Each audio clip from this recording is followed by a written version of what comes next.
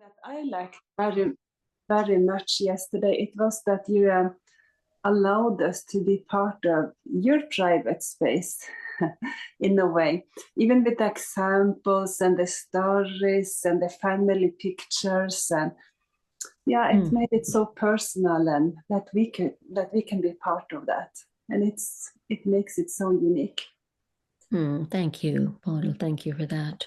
And yeah, hospitality is also part of all of our stories. I mean, the way that we do hospitality. Yeah. Lizzie, would you be willing to pray for us today? Sure. Oh, Father, Son, and Holy Spirit, we thank you that you've invited us into your communion, that you've invited us into unity and a love that is beyond our imagining how wonderful it is. We thank you that you carry such a love for people and that you carry a love for beauty and welcoming, invitation, and home. You create a home for us and you've made a home in us. And we thank you for that, God. What a privilege. What a privilege. We worship you. So we ask that you open our hearts to what you want us to receive of hospitality from you and from our amazing speakers. And just pray that you open up our hearts to be able to share with one another beautiful things today. We welcome you into every part of this seminar. In Jesus' name, amen. Amen. Thank you very much. Yeah. Well, are we ready? Yes. Am I ready? Just to say, my day has consisted of, again, another dozen or two games, and I was watching the kids playing basketball and these all the grandkids events. I mean, they just have all these events. School started today. So I'm like running from one little, I think, oh, wow, I forgot what it was like to be a young parent and keep that momentum going. I love being a grandparent, though. That's, you come and then there is an opportunity for you to leave, though they do call often. So let me share my screen here. Approachable. I think that's how we left last. Was that just last night? Gosh, boy. I was just thinking, I hope I'm not repeating myself here, because I think I did stop at this slide. I think I might have gone on to perhaps this one right here with the lovely people sitting there. But I just wanted to just say something about this word approachable. Shout at me if I did say this yesterday. Steve and I were just taking the train into the city last week, and as I was looking around, almost 90% of people were on their devices, many with earpods in, and of course looking down. And even though people looked like some of them were maybe together, a couple or friends, there was just no eye contact. I think even as a passenger, you probably felt I couldn't actually go and say, hello, I wonder if you could tell me, is this my next stop? You didn't feel people were approachable, I guess, just because we're now living in this world where it can be hard to engage because technology's become our main focus. I think that's something that we have to all be aware of. Of course, I love technology, don't get me wrong, but I think that sometimes it's making us feel a little ourselves like we're not approachable because we're so locked in. I love to hear a lot of people saying that even as families, when it's dinner time, everyone puts their devices they got a kind of a little box or place they put them so that they're able to speak with one another without continually speaking to people who aren't even present. If you think of that word approachable, just put into the chat for me, what would be some other thoughts when you think about somebody that you maybe know or that you've seen, watched, observed? What is it about them that somehow made you feel comfortable talk to them, to go to them, to maybe ask questions? Yeah, open face and smiling. Yeah, isn't body language so key, isn't it? Just that positive kindness. Yeah, you make a safe place, relaxed versus tense, looking at someone growling, or yeah, you're relaxed and you say, come on, join me, come and sit with me or be a part. Yeah, definitely. I think positive body language is so important today. I think that we're so caught up often with our own processing and thinking, we don't realize how sometimes we're coming across. I think I paid so much attention to this being a preschool teacher and realizing that these children, their language wasn't always good, many from very difficult backgrounds and homes. And you're thinking, what is my face, my hands, my arms, my whole body? What is it saying to them? Welcome? Come, tell me your stories, even your difficulties. That positive body language is what broke those barriers between me and children who had some very negative experiences with adults. Yeah, I think showing that you're paying attention, any kind of nodding, not nodding to look down to see who's texting you, but nodding and eye contact. Yeah, you get it. Approachable, very important area. And I think that the gift that we bring in hospitality is we want people to feel at home, don't we? We long for that. We facilitate a small group in our church. And I've been so blessed just at 13 people, and we all take turns hosting. It's just that in that home, every home that I've been in, I enter that space feeling I'm welcomed, I'm wanted, I'm going to be listened to. It's taken probably these last 2 years to become more at home because we're the new kids on the block. But now these new friends places that I feel there's a lot of opportunity for us to be able to be very real and honest, and we can approach each other's company and share life together in a lovely way. So I think approachable, it's not a bad idea to sometimes get feedback on it. I see a lot of people who growl. I just watch people. I don't know why when I'm sitting places on trains or planes. I realize there's a lack of smiling, and maybe they're going through some tremendously difficult things. And I'm not just saying grinning like a ridiculous, Cheshire cat, just sitting here grinning, but genuinely smiling because of the fact that we've got a God who loves us, who's generous, who cares so much for us, that there's so many things that we can have joy about. So be approachable. People will forget what you said. I've always liked this old quote, people will forget what you did, but people will never forget how you made them feel. And I think often that approachability, there's something about a feeling. It's a, kind of a place that you just feel peaceful.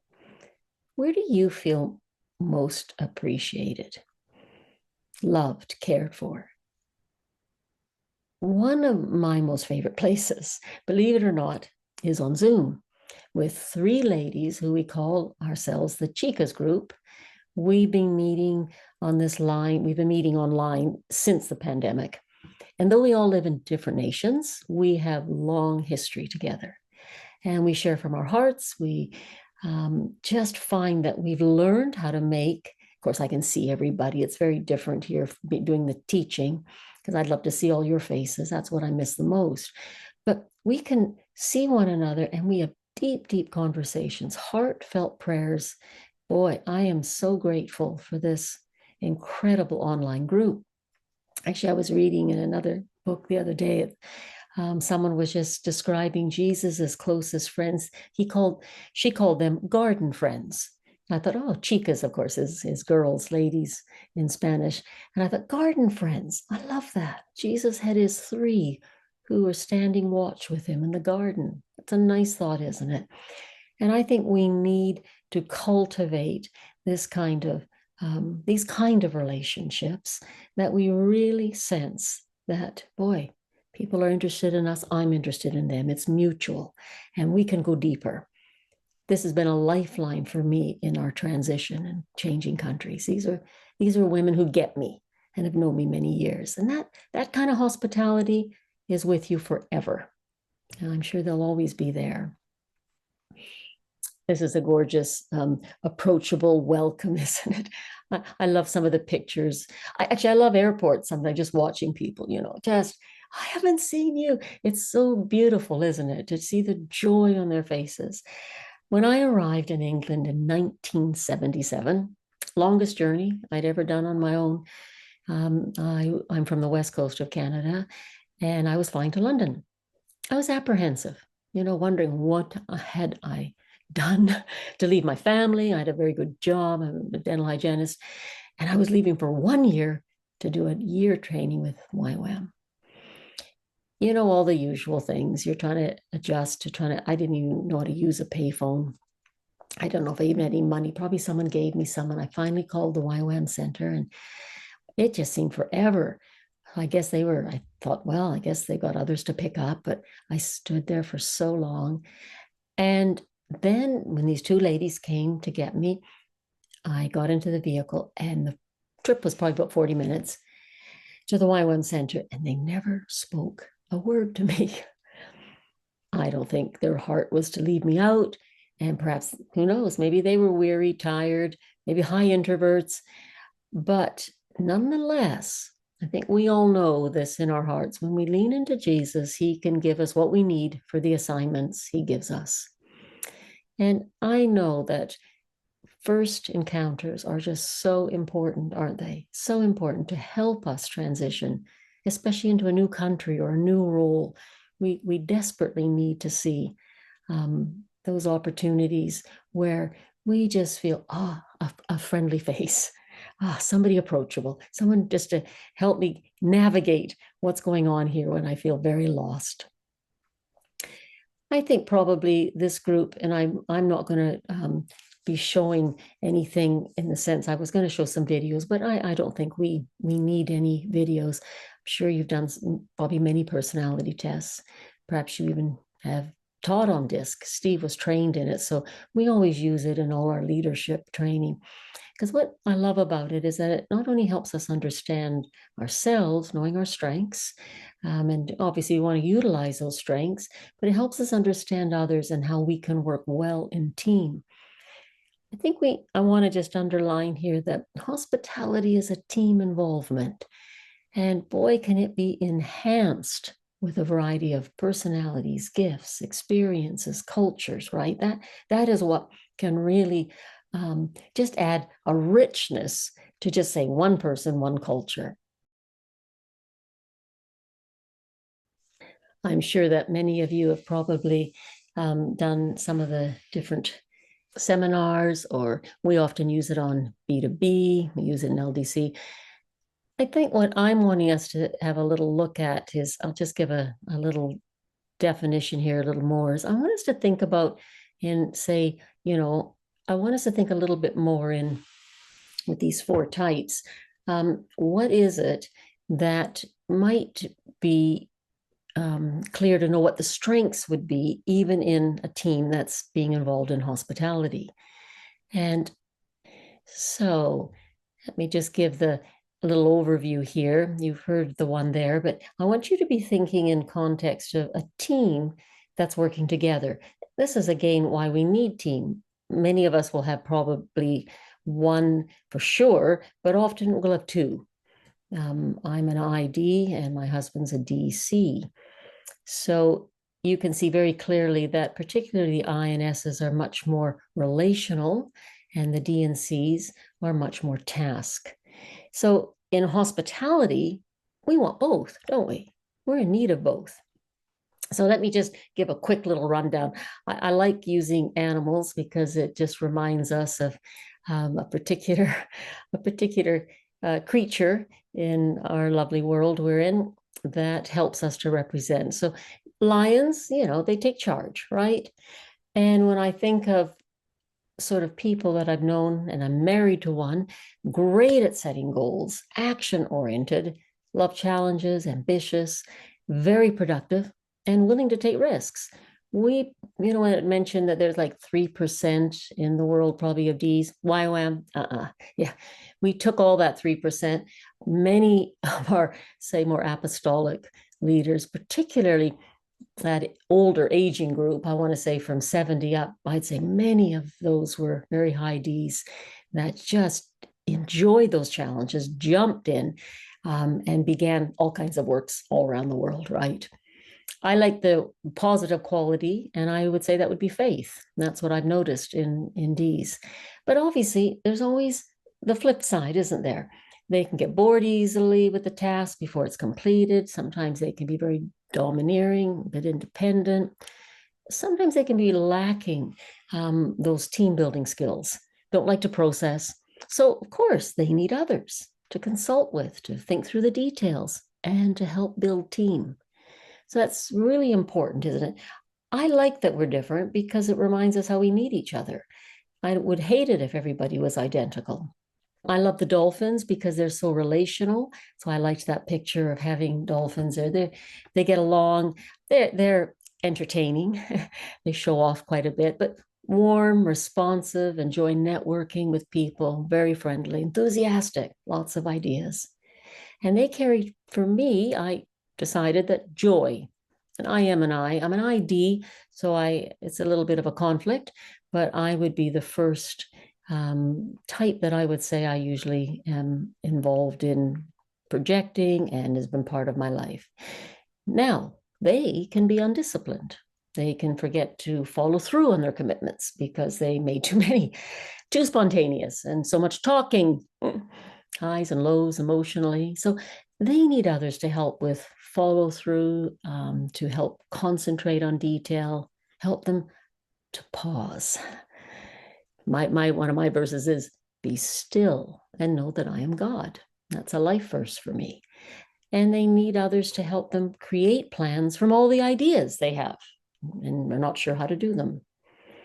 The St. Bernard dog, I think most people maybe would know that, maybe not everyone, but they have been these amazing dogs that have lived in the Alps, and when there's been ski accidents, so they've got this, it's like a strong kind of, I want to say like a brandy that they carry around their necks. So to help revive, they sniff out the individuals who've perhaps been in a difficult skiing incident, and then the guy who's with them will be putting a little bit brandy in to warm up this poor person who's probably half frozen. So they're amazing dogs. They look for anyone who's been lost. And just to say that S's, they develop deep relationships. They're wonderful team players who are most times very easygoing, good listeners.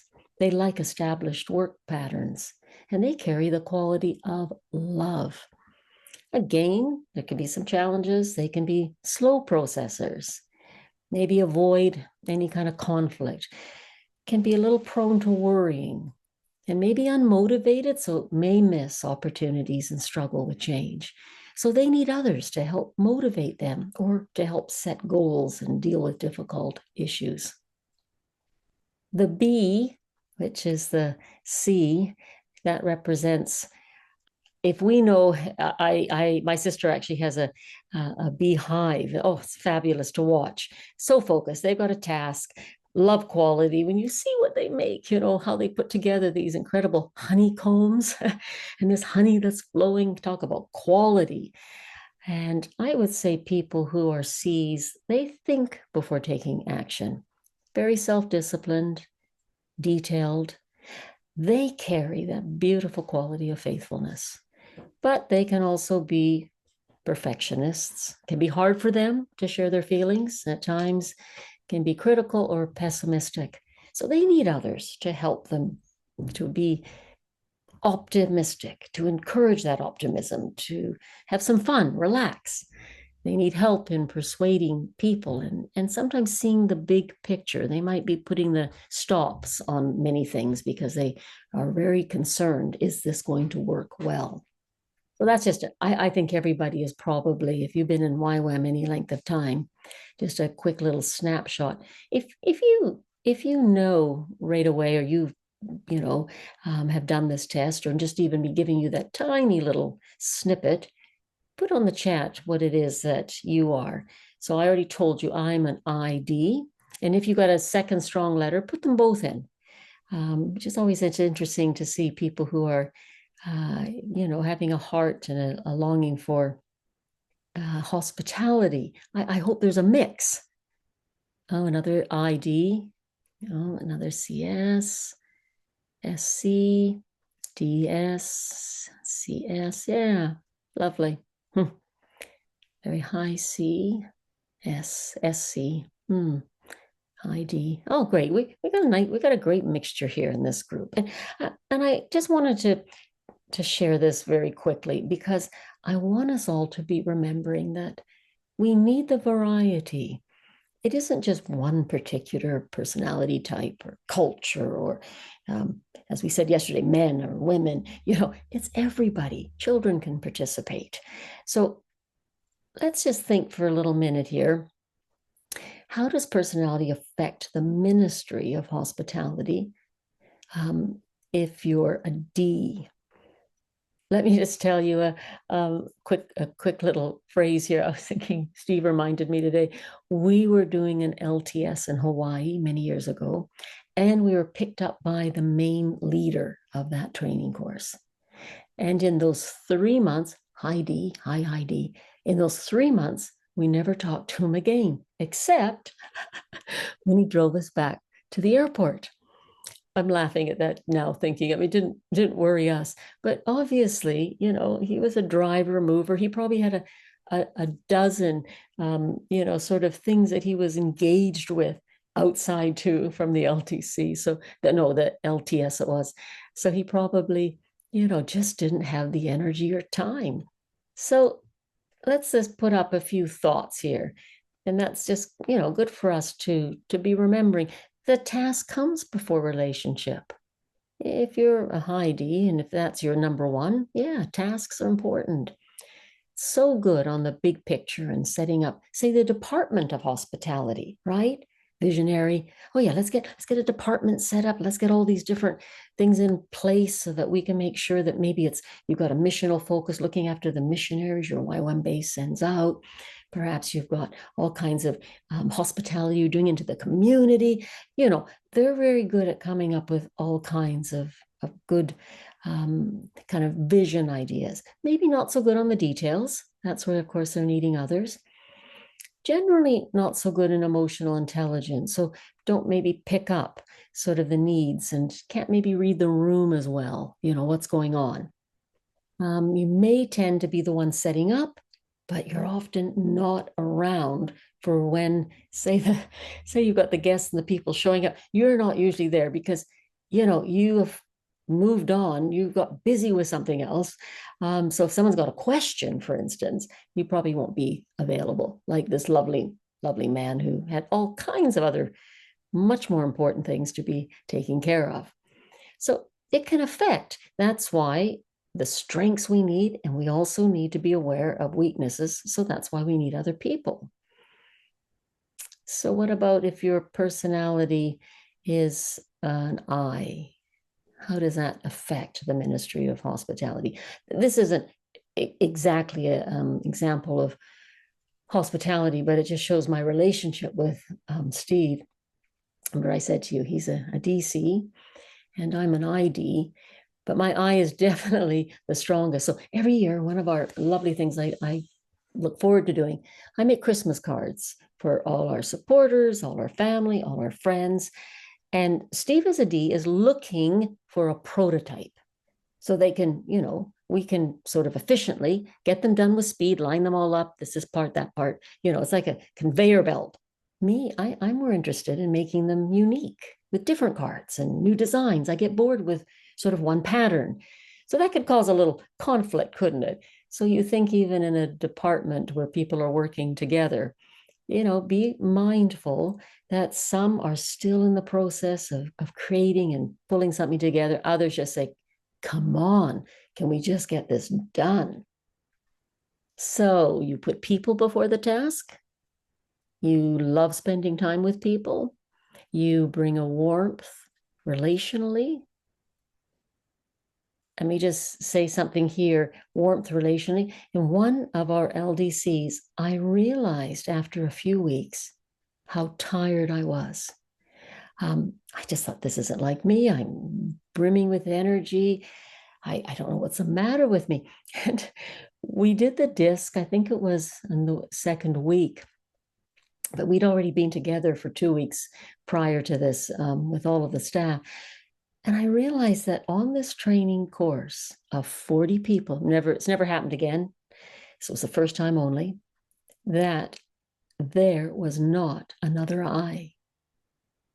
We had mainly D's and C's. And what was happening is that, I was running around trying to pull people together. Every time there was a coffee break, I was saying, oh, come on, have you met so-and-so that, actually they're in a similar ministry to yours. I just found that I was kind of trying to help facilitate a whole large group when really, all of them were just sort of quietly sipping on their coffee. I was slightly successful, but it dawned on me when we did this. I said, guys, you see, and they all laughed too. We had such a good laugh about it. It actually really helped us all realize how we need all these different personality types, because otherwise the load can be very heavy on one individual. But of course, an eye has its areas too. You can miss details, not share everything that people need to know, and forget to do some things in the setup. That's me. I can sometimes just absolutely forget. What was I supposed to be setting up there?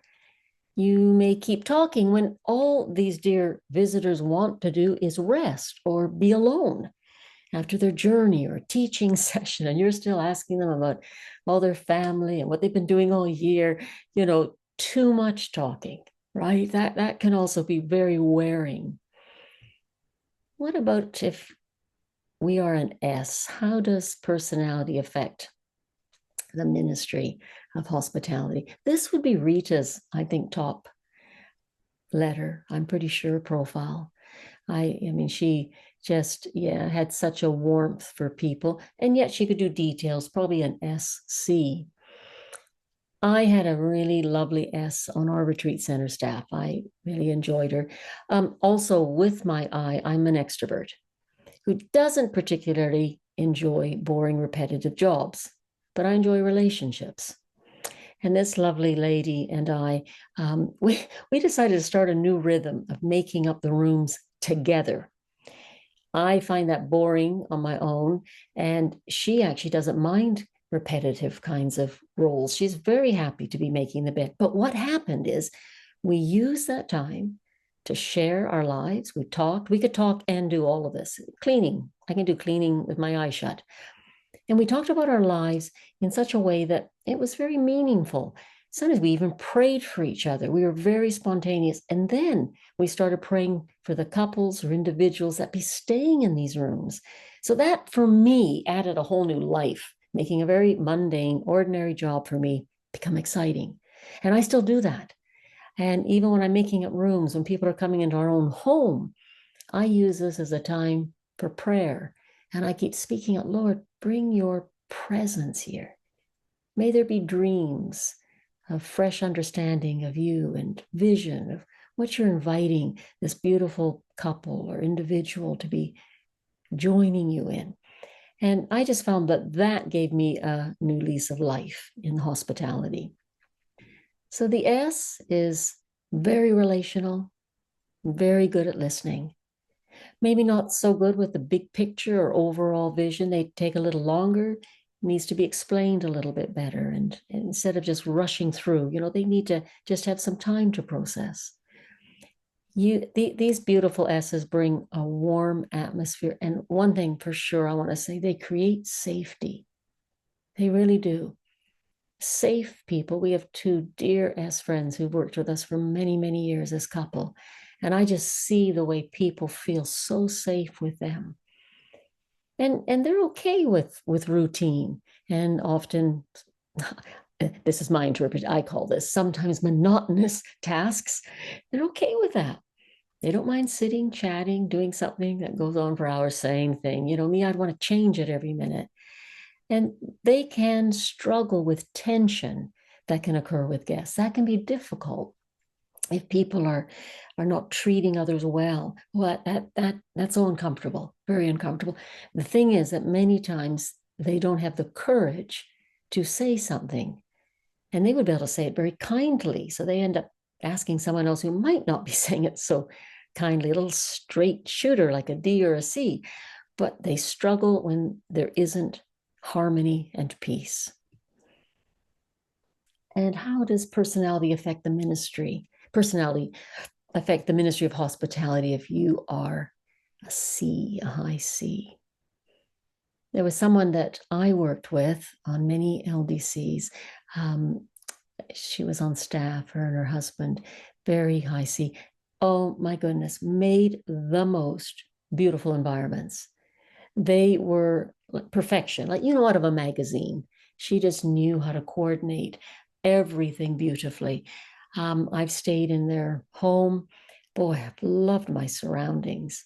But as a high C, so all the details were there. Everything was in order. You open her fridge, and I mean, everything's in beautiful little containers. There's just such an array of variety of foods and fruits. But warmth, small talk wouldn't be so important to her. And her and I made a really good team. We did a lot of setting up of environments, and I thought her sort of artistic flair was amazing. But I was able to provide a little more friendly environment through my conversations. I don't mind talking to people I've never spoken to before. Everybody is my friend. And that, her and I just made a great team. So if you are a high C, again, remember I mentioned that the D and the C task comes before relationship. Very thorough on all the details. That's why these rooms look like something out of the Hilton. Doesn't necessarily think about spending time with the individual. It's not that they can't or don't, but that won't be necessarily their first thinking. They will be punctual, very punctual. Me, I'm a little bit more Spanish with my timetables. Yeah, you invite them to come for a meal at 8, and I don't even begin thinking of putting the vegetables on till at least about 20 past 8, because they won't be there till 8:30 or 20 to 9. So they're very punctual, and they will complete the task well, so well. Yeah, so just have a little think. This probably kind of summarizes just these 4 different types. Just write in chat. Tell me about the person who's at the end with the white blouse on. Tell me about the woman in white. What's she doing? How does she appear? And as we're just thinking about sort of personality, if you have something that you think as you look at her that you could give a description. Notice the other people also in that space. Interested, yeah. Task oriented. Maybe the way her hands were being held. Yeah. It looks like she's setting the vision. She's a go-getter. Yeah, that's a good one. Focused. It looks like everybody is looking at her. I'm thinking she's in charge of the meeting.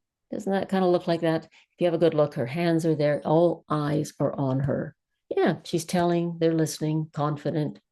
And you're right. She's the only one with coffee and the only one in white.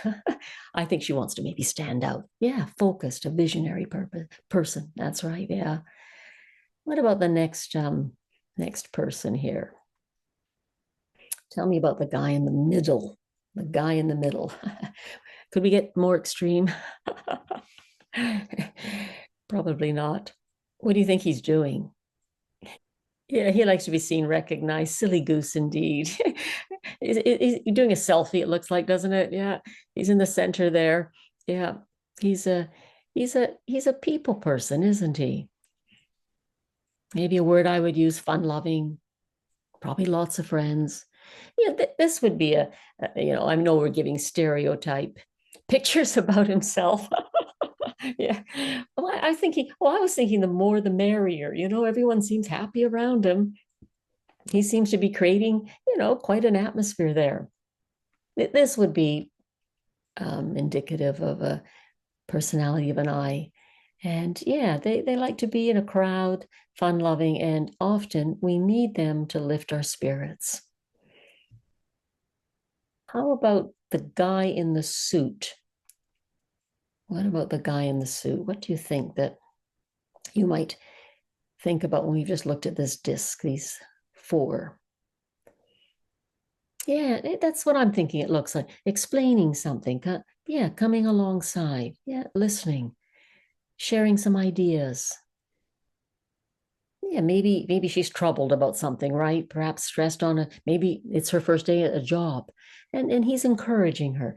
this is a lovely picture. Yeah, friendly, relational, affirming. Yeah, that's a kind of picture that we usually would be thinking about when we think of the high S. Last one. The lady in the red chair. I like that red chair, actually. What do you think about her? Anything come to mind? She's on it. Yeah, I mean, could we say practically perfect? Look at the things, her surroundings. Task-oriented. Oh, thought about the details. I bet her plant is even alive and organized. Yeah, somebody who can be trusted to get things done. Maybe a personal assistant. I could use a personal assistant like that. I do. I have one. He's not in the room right now.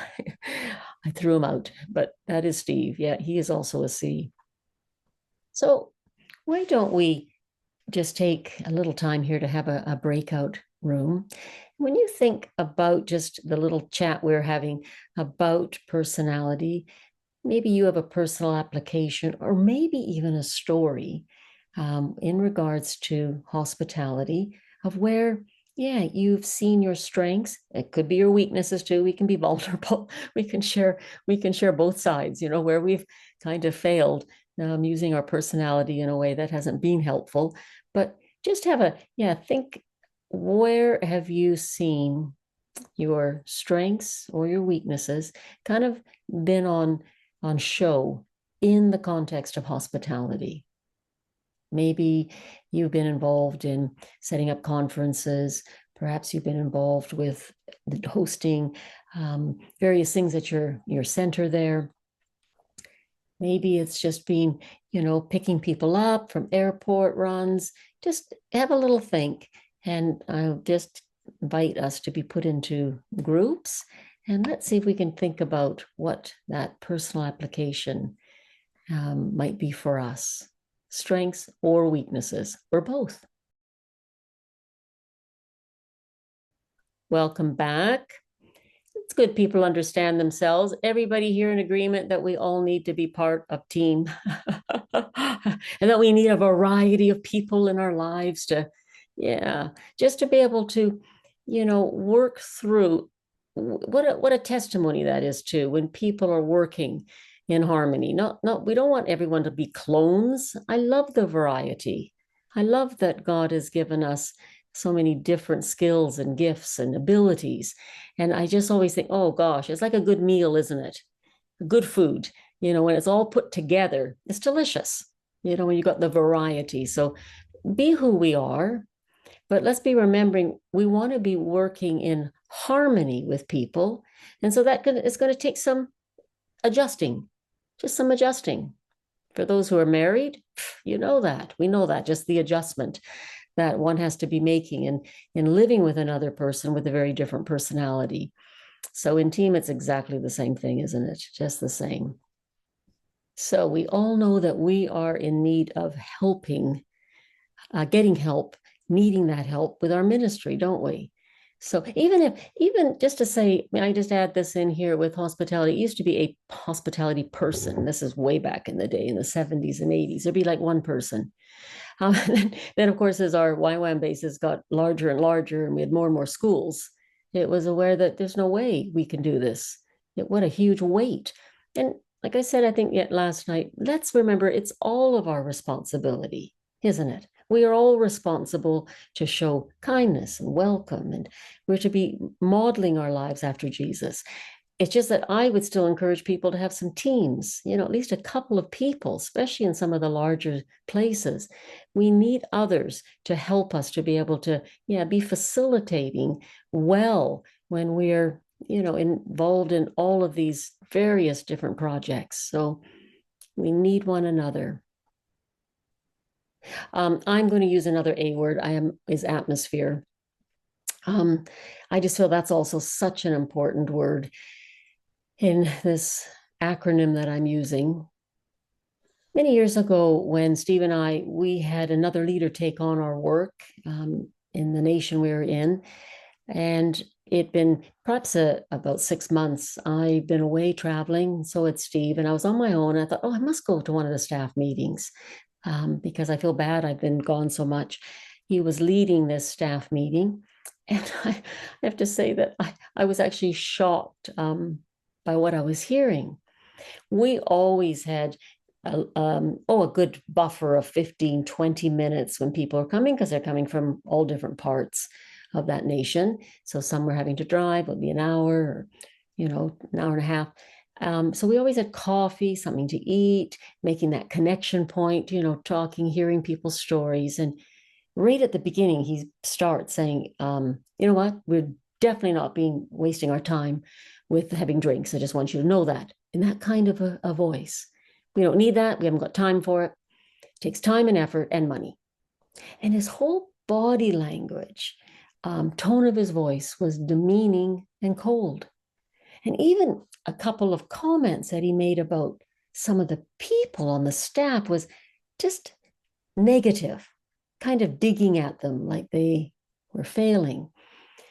Boy, I thought, if this was my first time at a YWAM staff meeting, I would not be coming back. And I think that's so unnecessary when we have got to find ourselves, cutting corners where we're thinking we can't have budgets to be blessing and serving people, making them feel at home. And the atmosphere that he created in that time was just so negative. I mean, you just felt deflated. You felt like, I don't even want to be a part of this group.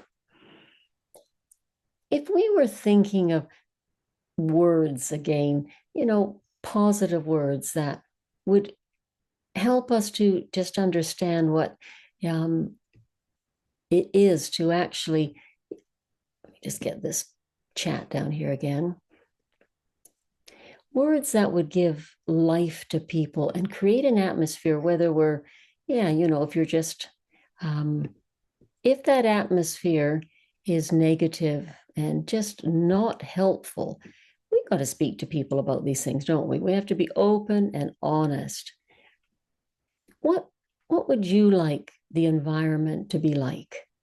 The atmosphere. If you're running a training, if you've got a particular ministry that people are joining, what are the kinds of things that you would long to know that is taking place in that YWAM center or that facility, that training course? What should the atmosphere feel like? Any thoughts? Yes, of course. Thank you, Nicole. Welcoming. We're so glad you're here. That was one of our phrases in We Friends Preschool. We're so glad you're here. And Father God is so glad you're here. Yeah, getting to know people, connecting others, able to ask questions, warm. These are the kinds of words that we're longing for. People get the feeling that they are seen. Thank you. That's a lovely atmosphere. I'm seen. They've noticed me. I'm a valuable contribution to this community. Make people feel at home, free, welcoming. Yeah, those are all such great ways of seeing an atmosphere really being conducive to a place people say, I want to stay here. I want to continue to serve and bless. Yeah, atmosphere is really important. And sometimes it's good just as if you've got a couple of people who care about what's going on in hospitality, say, how's it feeling here? How are things actually feeling in our YWAM center? Has it become, just kind of this task driven, come on, everybody, keep working, work harder? I just don't see Jesus. Remember we talked last night about all the meals, the homes he went to, the conversations he had, the informal kind of meetings. He made time for all that. So let's be thinking. Good to walk around with a couple of people. If you have a YWAM facility, what's the atmosphere like here? Is it filled with God's presence? Look around the walls. Is there something here that's speaking to us that's beautiful? I love pictures. I love different things that are put up that attract just my eye. So let's be thinking atmosphere. Yeah, Lord, I just pray that all of us would have a fresh just understanding of how we can be creating atmospheres that are, yeah, just filled with your presence. May we have good words. May we be those who, are positive. We use the beautiful personalities you've given all of us to bring you glory. Yeah, we just ask that you give us good teams that complement ourselves, so that we're not just dependent on us only, but we've got others around us, especially those who are isolated, who perhaps don't have others. I really pray that, yeah, they would have opportunity to see their team grow over this coming year. A new year of growth, Lord, we pray. Thank you, Jesus. I always dream that we'd be ending up in first class sometimes in all of our all of our travels, but so far it hasn't happened. But you know what? I want first class service, even if my budget is economy.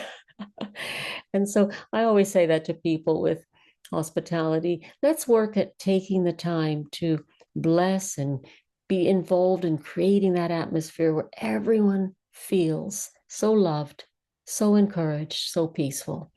And it isn't about just money, is it? It's our presence, it's our warmth.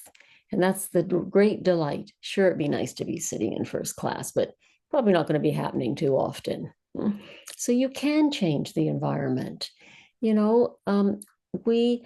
want people to be picking up something when they meet us, when they're in our presence, when they're in our place, when they, step into the room we've just prepared for them.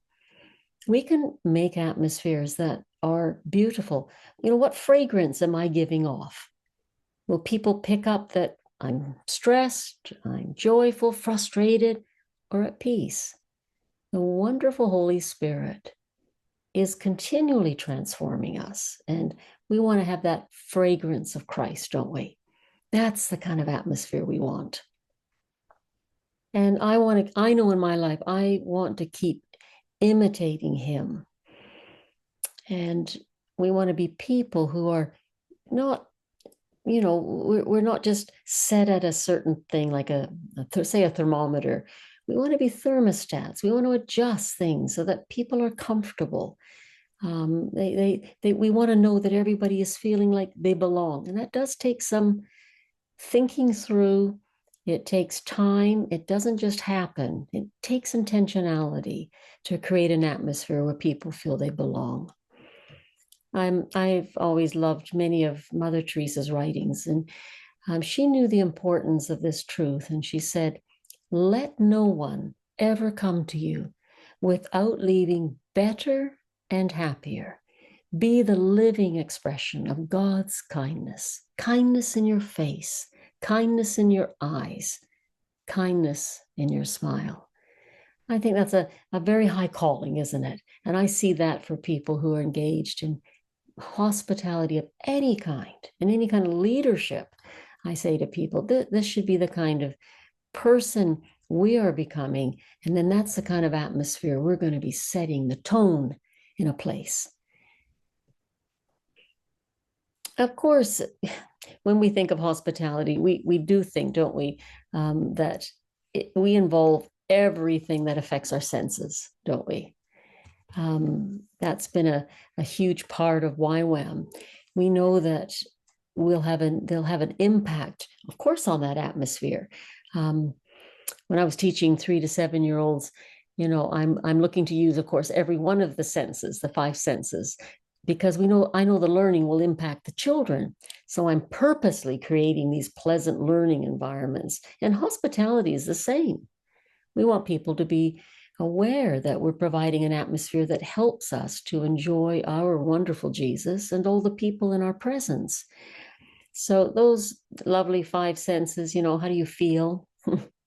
How do you feel when you enter a room? What's your first reaction? Is it safe and warm, comfortable? Do you feel welcomed? Is there something for you to do or somewhere for you to go, or would you feel awkward? I think some of us, we've all experienced that, haven't we? Awkward. Is the room or meeting location the right temperature? I love it. The first thing that Jesus did when he met some potential disciples on the street was to say, come to my home for tea. This was so ordinary and yet so relational and meaningful for these two fishermen. They felt, I believe, welcomed, kind of excited. He's inviting us. Oh, who is he? Honored. And they followed Jesus with a curious anticipation. What was going to happen next? What do you see? Is the room organized? Is the seating set out in the best way? There's so many things with hospitality, isn't there? Does it tell you that you'll be listening to the speaker, or will you have opportunity to talk to others and have discussions and interaction? I'm always sorry about Zoom, we don't have enough. But in a classroom setting, how's it set up? So is it looking like you've got an atmosphere of communion happening? We've got 4 services in the church that we're attending, and the evening one is comfy chairs around tables. And the audience tends to be under 30s. And visually, this is so much more inviting, and it's set up for participation. So they see the potential for interaction. And that's so important. Is the room pleasing to the eye? What about pictures, decorations, plants, flowers, to bring some kind of life into the room? It's good to, be looking around when we're in classrooms that we set up for people. An atmosphere, is that atmosphere conducive? When they open their eyes and look around, you think, oh gosh, does it share something or excite something in their spirit? Often, Steve and I, we were just involved in an LDC 6-week course in Romania 6 months ago. And often, Steve, too, just for smiles, he puts up some jokes on the PowerPoint on a loop while people are finding their seats. Just lovely things to smile about. There's laughter in the room. Our church often uses quotes that's going to be on the theme of the service. That's just, again, a lovely way to have prepared for people. Just helps people relax, maybe forget about some of the negative issues that's maybe been on their mind previously to coming in. Yeah, there's oftentimes too, even on desks or tables, we put quotes, or we've got pictures or various things, visuals and words that sometimes can be read out during some of the times of those sessions. Let's be thinking, what are people seeing? St. Francis of Assisi said, a single sunbeam is enough to drive away any shadows. So, boy, we want to bring light in. We want the light of Christ, don't we, to be coming into our places and spaces. Get rid of those shadows. We want something that's going to be encouraging, kind of open them up to something new. Whether that's a guest room or a classroom or a dining room, whatever we have, the facilities. What do you hear? What are you listening to when you're in a place? I think before there can be some meaningful silence, I've learned a lot about silence and the value of it over, I'd say, particularly the last 20 years, just how important it is to be still. Remember, I mentioned that was one of my key verses from the Lord, and know that I'm God. I love to talk, so having times of silence is very meaningful. But we also could be using sometimes some healthy noise. I love hearing people chatting. Sometimes we have some music going on in the background, don't we, prior to maybe people all coming in. I like that buzz of expectancy.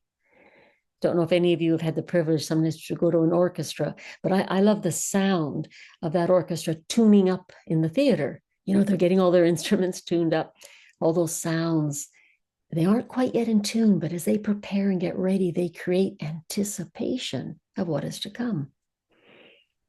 Steve and I often ask in a room, how are the acoustics in the room? Make sure the speaker's got a good microphone, or are they able to be heard easily? And the words that you hear can make you feel welcome or put you on edge, as I shared that story earlier, depending on how they are spoken and the body language that goes with them. It was lovely. Steve and I were leading the worship for the LDC last year in Romania. I mean, we've done worship leading, but usually we pass it on to someone else, but there weren't very many musicians, so we had to just help. And often he's playing that piano. We often go in and pray for about 15 minutes. It's like that piano playing as people come into that gathering, that sound, soothing. creates a peaceful, joyful, maybe even a meditative environment. So let's use sound to the maximum. What do you taste? We're pretty good about this in YWAM. I love Psalm 34 that says, taste and see that the Lord is good. And the psalmist is saying when we think of the Lord, it's like we have a wonderful taste in our mouth. So how can we create an appetite for what's coming? Of course, we always enjoy having some nice goodies available. As I mentioned to you, always prior to our staff meetings, there was coffee and something to nibble on, nice water, places to drink. If you got a long meeting, I can always remember Rita. She would be having, I think she used to buy these nice squares of chocolate in Spain, and she'd be cutting these all up nicely with some handfuls of grapes. And that would be kind of being passed around as that, the afternoon meeting, so that there could be a little sugar boost that's needed to keep everyone awake. But it was just nice, wasn't it? Tasty. And that's the message. We want something tasty. What do you smell?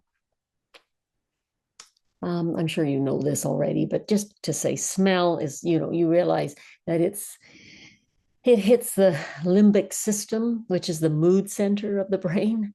First, you realize that that's number one, and then it surpasses the other senses. And new research shows that the smell and sight of flowers can actually change your brain chemistry and lift your mood. Just to say, one of my most favorite things about living in Spain was in our garden, we just had all kinds of plants: jasmine, plumeria, angel trumpet, orange blossoms. Oh, I would just walk through this. It was like, it was exhilarating. I thought, Father God, boy, you made such the most beautiful fragrances. I wish Spain didn't have them all. I wish I could brought some of those over here, just the wrong plants for the country. We have lavender here in Australia right now. But yeah, smell is just so important. Steve has still not got back his smell since we had COVID while we were in Spain. It just hasn't come back. I try to break lavender and get him smelling it. He gets a little whiff. I love when I can just close my eyes and take a deep breath and just allow the fragrance to fill my whole being. Somehow fragrances are refreshing, and I find them very calming to my spirit. And I think of that when I've got a room or we've got a training going on. I want there to be lovely smell, not disinfectant from the morning cleaners. I try to think that's not what I want people to come into the classroom. I've been in seminars when that's exactly what I smell. That just puts me right off. I'm afraid I think about, mopping floors, and, I need to get some, some of my work clothes on to help clean up. Who loves the smell of baking bread? I find that just a delight. Yeah, I'm sure everyone does. I'm known for the smell of warm blueberry cinnamon muffins when you come into my kitchen.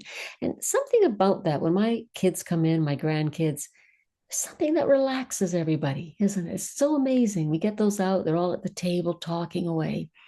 So let's be thinking, just what kind of things are inviting us to smell. I always think of the five senses when I'm doing a room, when I'm setting up for a seminar. I think, have I invited people into the goodness of our amazing Creator God? There's also a spiritual fragrance too. Haven't you experienced that? Have you been in a place that's been a place of prayer? I've walked into some old places, some old cathedrals, and I've just so sensed God's presence there. So yeah, let's be thinking about ways that we can encourage that amazing fragrance of Christ and prepare so that it just makes an impact on all those who are coming and joining us. So maybe we could just after that think what it would be some warm atmospheres, maybe that you've created, that you've been in, that you thought, oh yeah, that was so conducive to whatever was happening in that place, whether you were running a training or it was a dinner party or a celebration, whatever was going on, that there was something that you helped to create that warm atmosphere, thinking of the five senses. It could be something you put in a welcome basket. It could be something that you put into a room that you'd set up for a guest speaker. But how have you created some of those warm atmospheres? So let's just have another chat with a few more people just to hear how people have used those beautiful senses in order to enhance people's experience of hospitality and of connecting deeper with Jesus.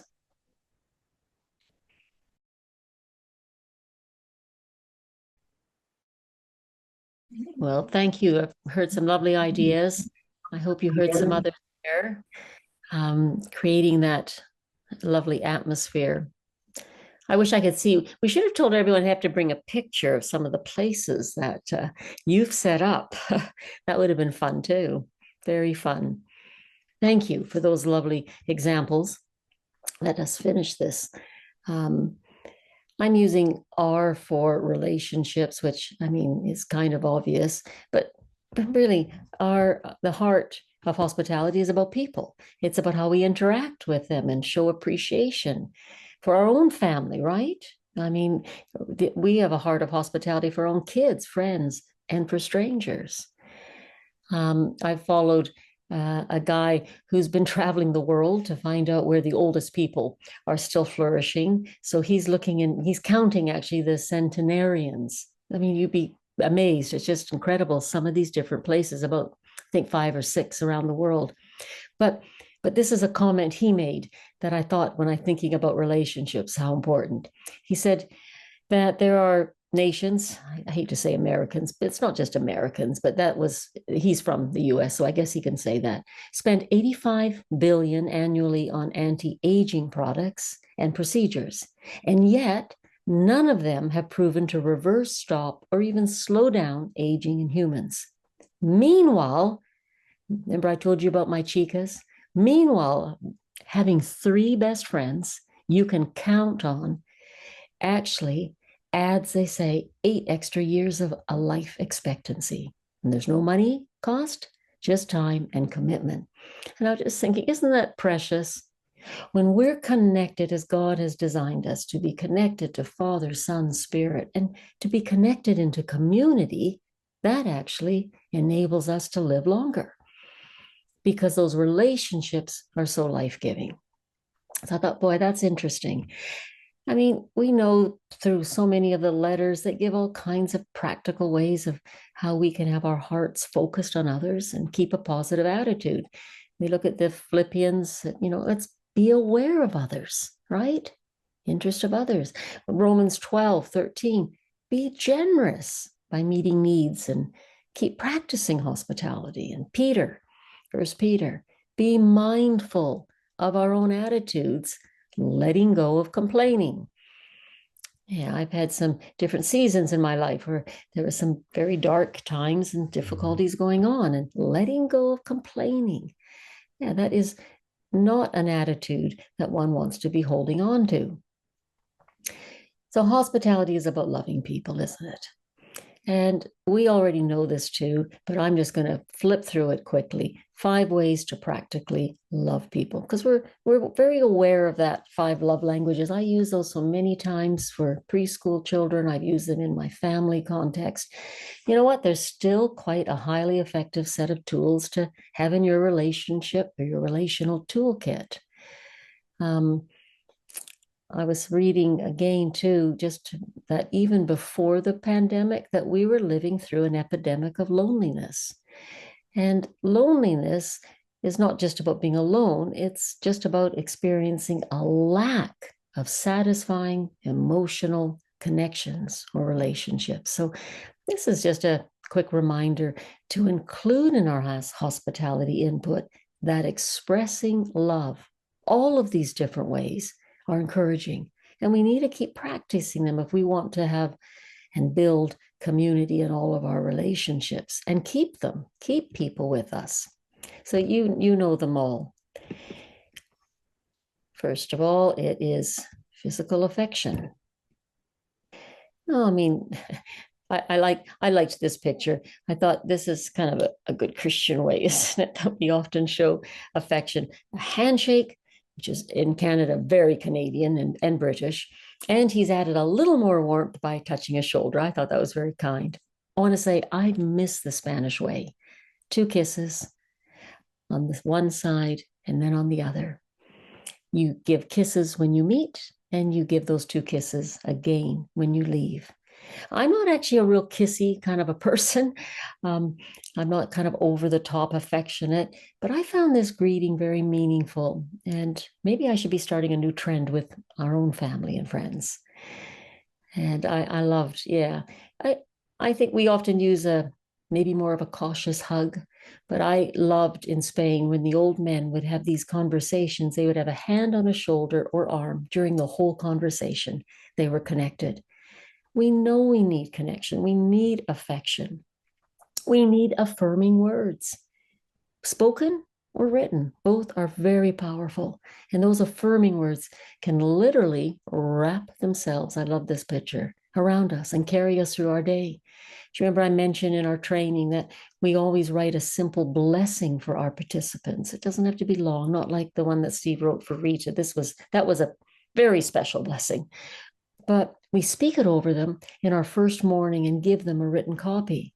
And blessings, affirming words are such a part of expressing our love, our devotion, our commitment to people. Quality time, another one. Obviously, in our closest relationships, we give hospitality, don't we? By carving out quality time. Sometimes we get so busy, don't we? So busy with so many things that are happening in our lives that time gets smaller and smaller. Let's not forget some of those meaningful conversations over a meal. Thoughtful presence.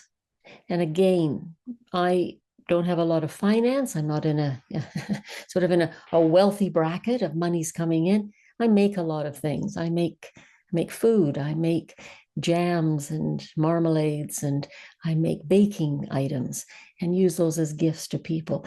Thoughtful presence, especially when you know somebody maybe has been unwell or they are in need of somebody to come and take care of some of that food prep because of a sick child or a partner. So yeah, thoughtful presence, what the need is. It's not something with a lot of money. Kind actions, boy. There's sometimes just things that we do for people that are life-giving, just coming in to help. My daughter, she's been helping a woman who has two boys who are really on the spectrum. And I mean, she is actually being paid for this, but her patience, these kind actions, playing games with these kids, I mean, they just love her. They've calmed down so much since she's been attending to them. And that is a kind action, because often we get, very tired of doing something repetitively, and it gives the mom a break as she's playing the same chess games and Monopoly over and over and over. It's amazing just how encouraging it is to see that expresses love. This is a lovely quote from Henry Nouwen. Every good relationship between 2 or more people, whether it is friendship, marriage, or community, creates space where strangers can enter and become friends. Good relationships are hospitable. When we enter into a home and feel warmly welcomed, we'll soon realize that the love among those who live in that home is what makes that possible. I pray that when people come into our home, I trust that they, even if they're strangers, new neighbors, we're just getting to know people since we've just moved, that they, as they enter in, they will feel, oh, I feel welcomed here, and they'll experience some of that love. I had to put this one up because, this is an old quote. I think I've known this for 40 plus years, but I'm sure all of us can remember times of exhaustion. Oh, another group or team or family showed up unexpected. Oh, we double booked. The secret to 5-star hospitality is making guests feel at home when you wish they really were. It's kind of funny, but I hope we aren't living this all the time. I have to say, Steve and I, we're a good team together. But I want to say in this area, both of us often overestimate our capacity. We we take on too many things. We're thinking, oh no, we can finish that training. That involves huge amount of hospitality, huge amount of continued, preparing places for leaders to be growing and flourishing. But I found that breath prayers have been a great source for me. Jesus, fill my heart with unconditional love. I write these little prayers. I sometimes have them on my phone. I have them in little spaces that I can notice them. Father, may I see these new guests through your eyes. Well, that helps me so much. Yet, let me just also caution here.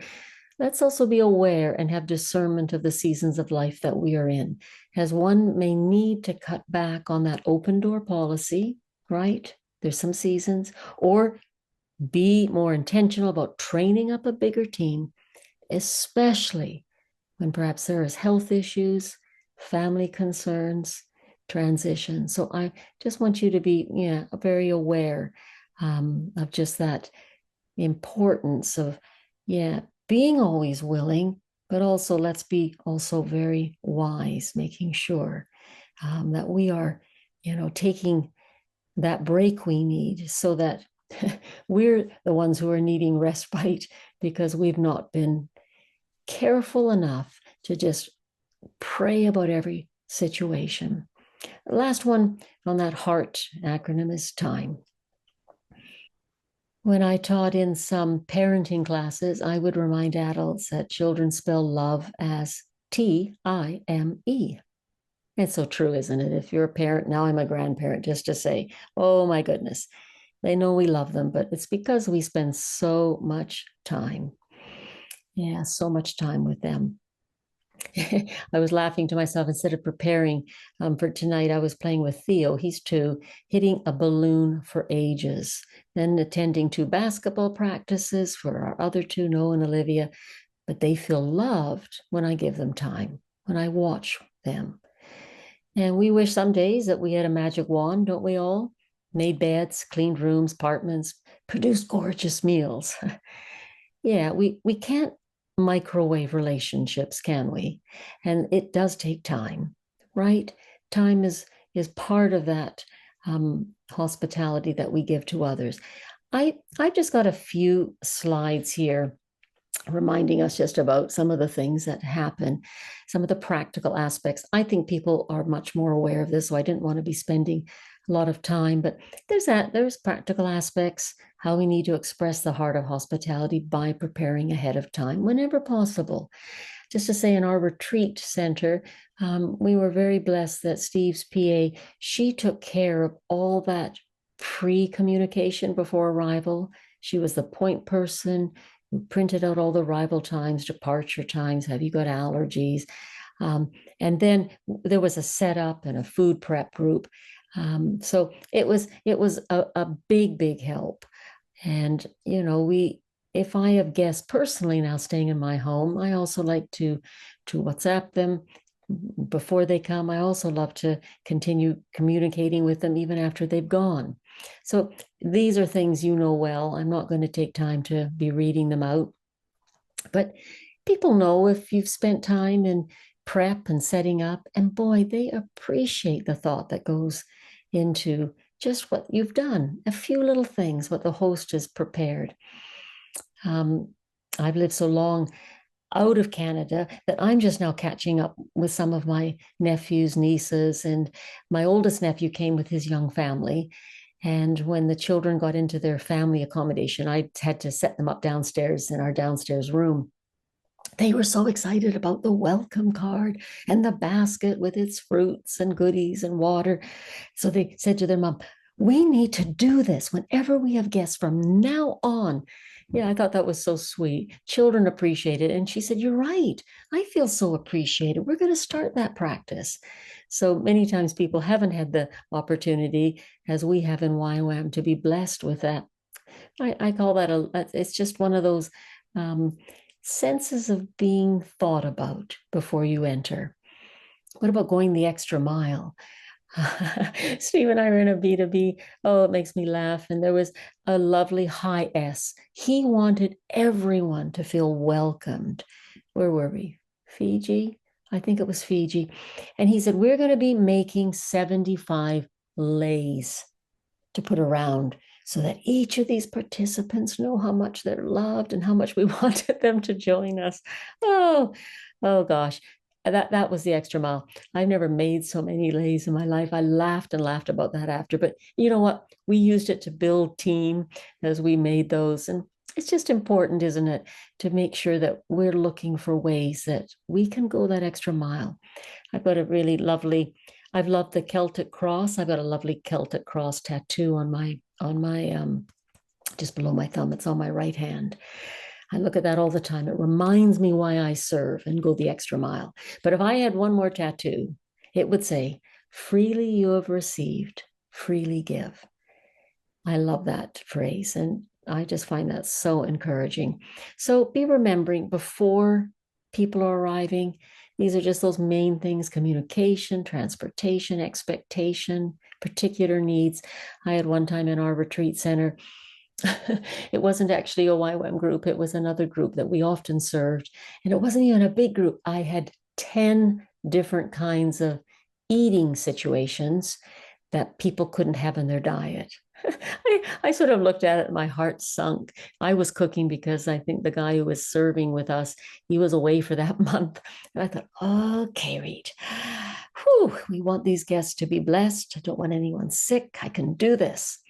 So meals, and what are the relationship pieces like? We've talked already about, the rooms. What should it include? If you have a guest room, it's little by little, isn't it? It's not that, we're going to have absolutely tons of these things there immediately, but little by little. I just always say to people, have you tested out your beds?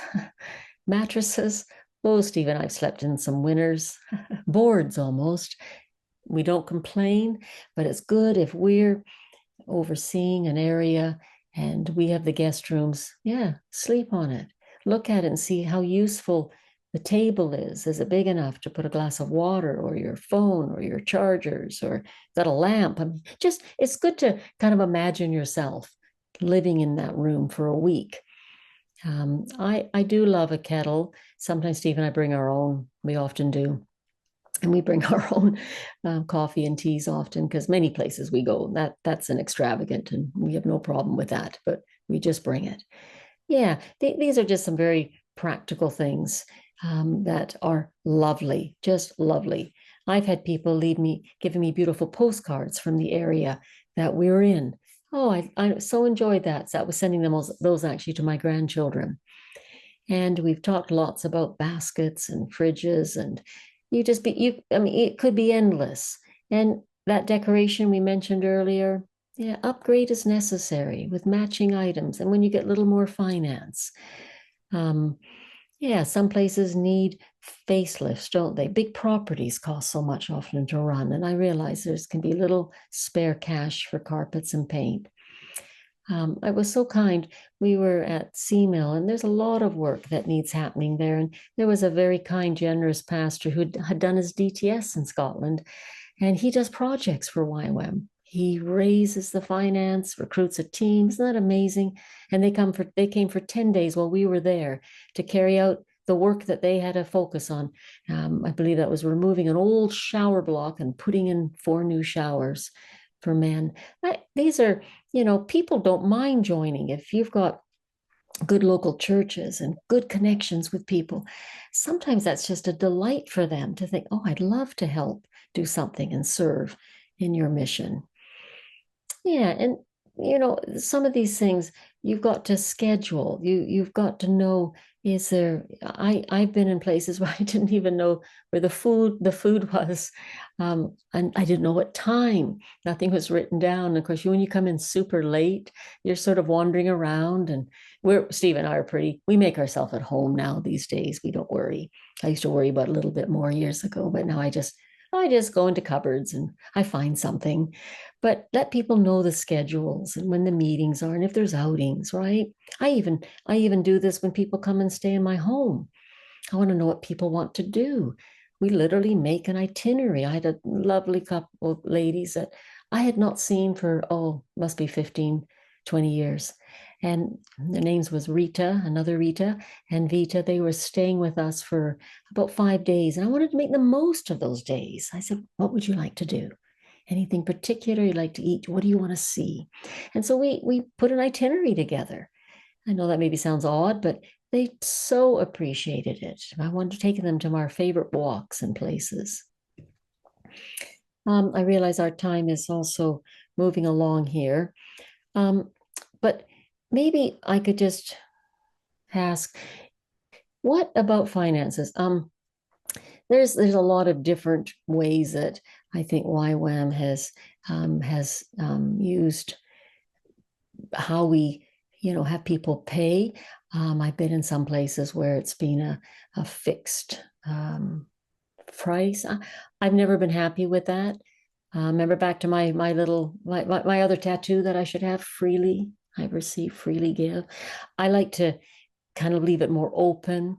I'm not talking about seminars. I'm not talking about, LDCs and training programs. Obviously, they have to have, but if people are just coming overnight or maybe just 2 days, sometimes we just had in our retreat center, we just had 1 or 2 days free.